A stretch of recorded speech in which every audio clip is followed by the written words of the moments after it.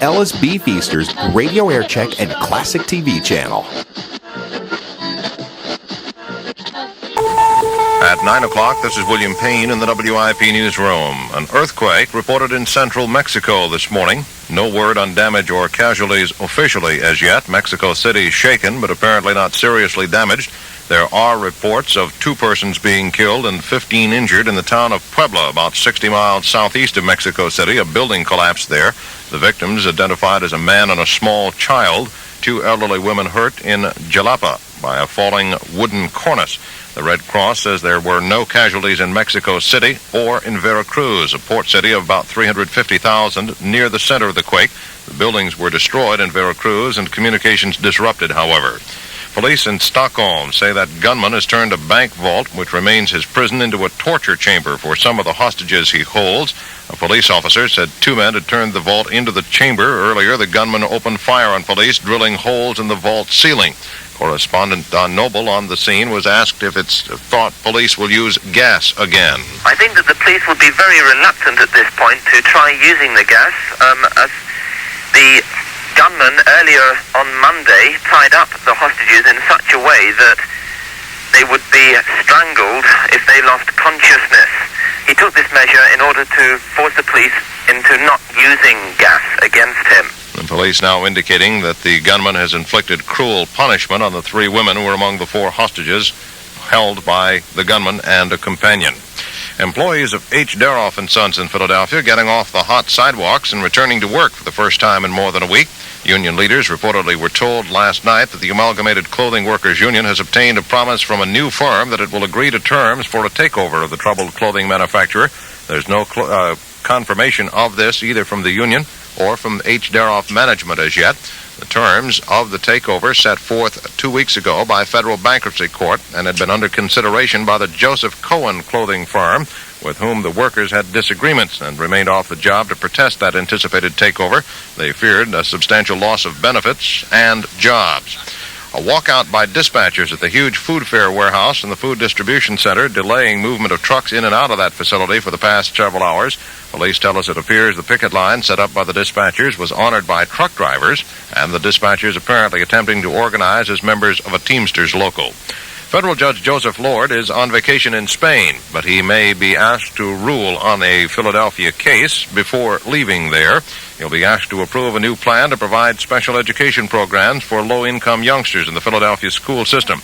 Earlier this summer, he had ruled out the allocation of those federal funds to the city's school system, saying the city was not meeting federal guidelines for the spending of $27 million. Well, agreement's now been reached between the local school district and the state on revamping those special programs for children from poverty families. It means cutting back programs for special reading and extra services in some 45 public schools in order to concentrate in those areas where the situation is most in need. Philadelphia banker John Bunting quoted this morning as saying he might be persuaded to run for governor, perhaps as a Republican, though not necessarily. Bunting has said he would need a strong push from prominent Republicans, that no overtures have been made to him as yet, and that he's not interested in the U.S. Senate. GOP leaders apparently waiting to see how D.A. Arlen Specter fares in his race for re-election against F. Evans Fitzpatrick come November. Distribution begins this morning for a cross-indexed guide to some 125 federal, state, and local agencies in the greater Philadelphia area who are concerned with consumer services. The booklet, printed by the Federal Executive Board's Consumer Services Committee, will be distributed about 20,000 in number.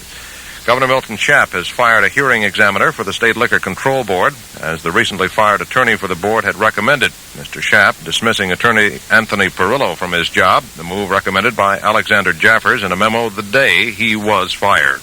India and Pakistan have signed an agreement for the repatriation of hundreds of thousands of persons stranded by the 1971 war. It provides for the repatriation of some 90,000 Pakistani prisoners of war held in India, the return home of 160,000 Bengalis stranded in Pakistan, and transportation for a large number of pro-Pakistani Muslims from Bangladesh to Pakistan. The agreement after 11 days of intense negotiations. An intense weather picture for Philadelphia. Continued hazy, hot, and humid through tomorrow, with temperatures reaching the upper 90s both days. The outlook for Thursday and Friday, more of the same. Chance of showers Saturday. only a 10% chance of rain through tomorrow. At the airport and at Rittenhouse Square currently, it's 84 degrees. The humidity, 74%. Time now for sports. 5 minutes past 9 o'clock, Charlie Swift for Household Finance, the company that says never borrow money needlessly. But when you need to borrow, you'll get more than just money from HFC. The Phillies loosened up enough last night to beat the Giants 7-4 in the first of a 3-game series at the Vet.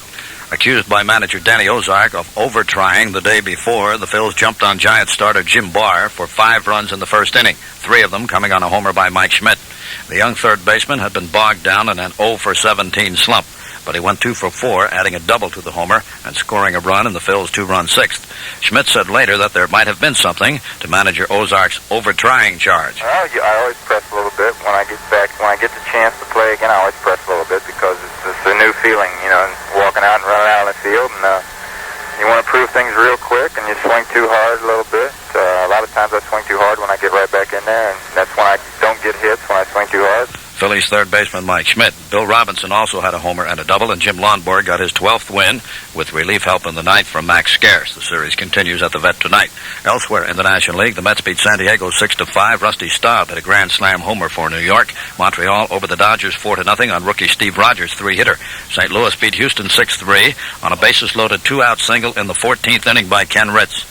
In the American League, Baltimore over Texas 6-1. Mike Cuellar the winner. That's 14 straight for the Orioles, the Major League's longest winning streak since 1965. Minnesota beat Detroit 5-3. Rod Carew and Tony Oliva each had 3 hits for the Twins. The White Sox beat Milwaukee 6-1. Wilbur Wood finally got his 21st win on his 8th try. Boston over Oakland 5-2. 3 RBIs by Orlando Cepeda. He hit his 19th homer.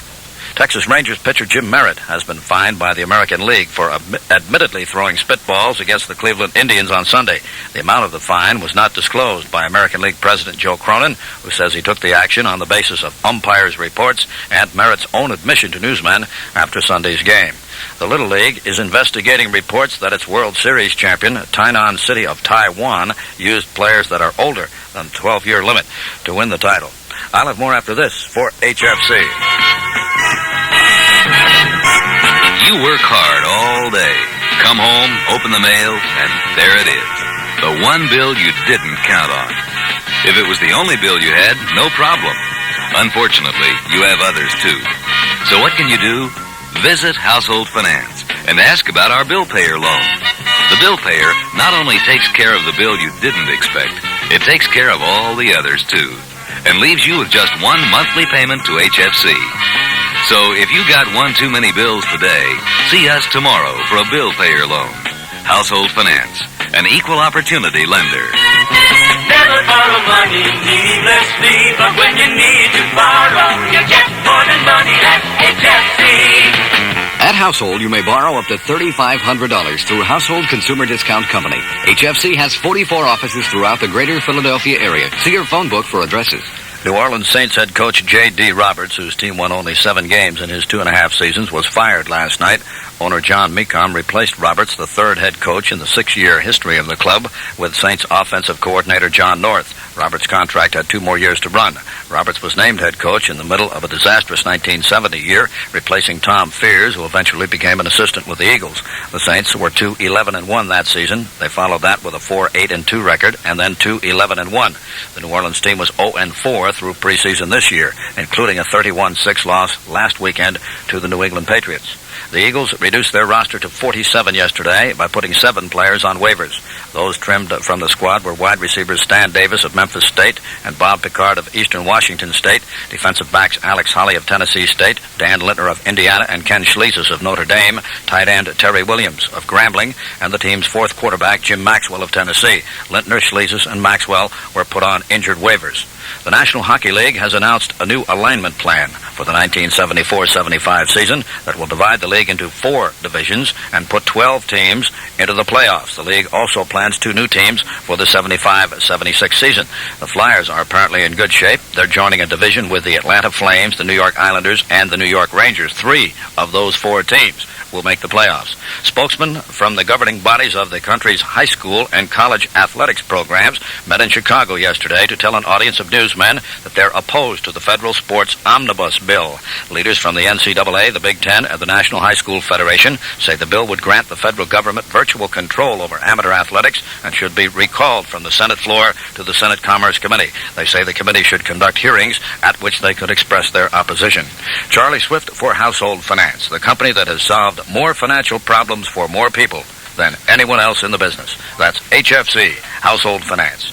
Now, more music and the Ken Garland Show. Thank you. Normally, I would say I'm going to take it and run with it. This morning, I'll just take it. Welcome to WIP.